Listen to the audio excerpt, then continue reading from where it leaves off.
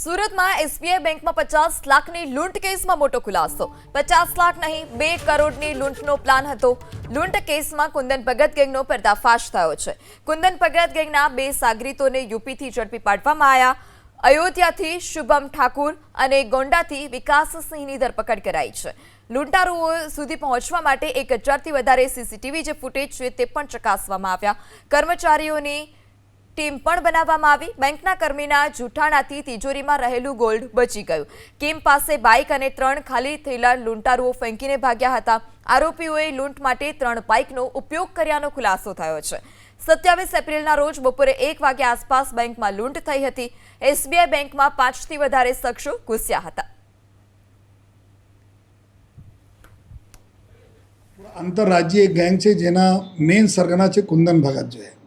આ કુંદન ભગત અત્યારે પટનાના બેઉર જેલમાં સિરિયસ ગુનાઓમાં જો જેલમાં છે તો ગેંગના મોડસ ઓપરેન્ડી એવું હતી કે આપણા અલગ અલગ રાજ્યોના જો એકદમ ક્રિમિનલ છે જો આ પ્રકારના ગુનાઓમાં વેપન આર્મ્સ એક્ટ લૂંટ ડકૈતીમાં સામેલ હોય એના કોન્ટેક્ટ કરીને અહીંયા મોકલે। અહીંયા એના જો માણસ હતા આ માણસ બધાને લેવા જાય અને લઈ આવે અને પછી સાથે રાખે અને જેટલા જરૂરત છે એટલા જ પરિચય એકબીજામાં કરાવે એકબીજા સાથે અને ટૂંકા નામ આપે અને એક વ્યક્તિને 4 5 નામ તરીકે હોય ઉર્ફે ઉર્ફે ઉર્ફે ઉર્ફે જેથી કોઈને સાચું નામ એના ખબર નહીં હોય કોણ ક્યાંના રહેવાસી હોય આ બી આપસમાં આ લોકો વાત નહીં કરતા હતા।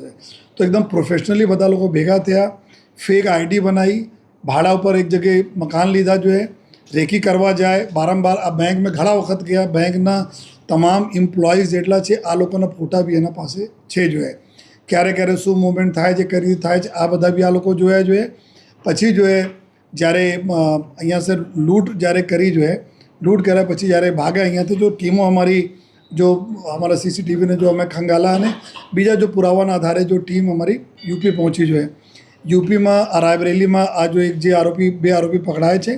એક આરોપી છે શુભમ ઠાકુર અને એક બીજા છે વિકાસ સિંહ રાજપૂત જો શુભમ ઠાકુર છે આ આરોપી અહીંયા ક્રાઇમ કરવા માટે બેંક ડકૈતીમાં સામેલ હતા આ અહીંયા તો રાયબરેલીમાં એક દુકાન છે, કાપડની દુકાન ચલાવે છે, નાની દુકાન છે એની ત્યાં ગયા। ત્યાંથી પછી એના ખબર હતી કે પોલીસ ટીમ પાછળ છે, તુરંત જગ્યા ડેલી જગ્યાઓ ચેન્જ કરે।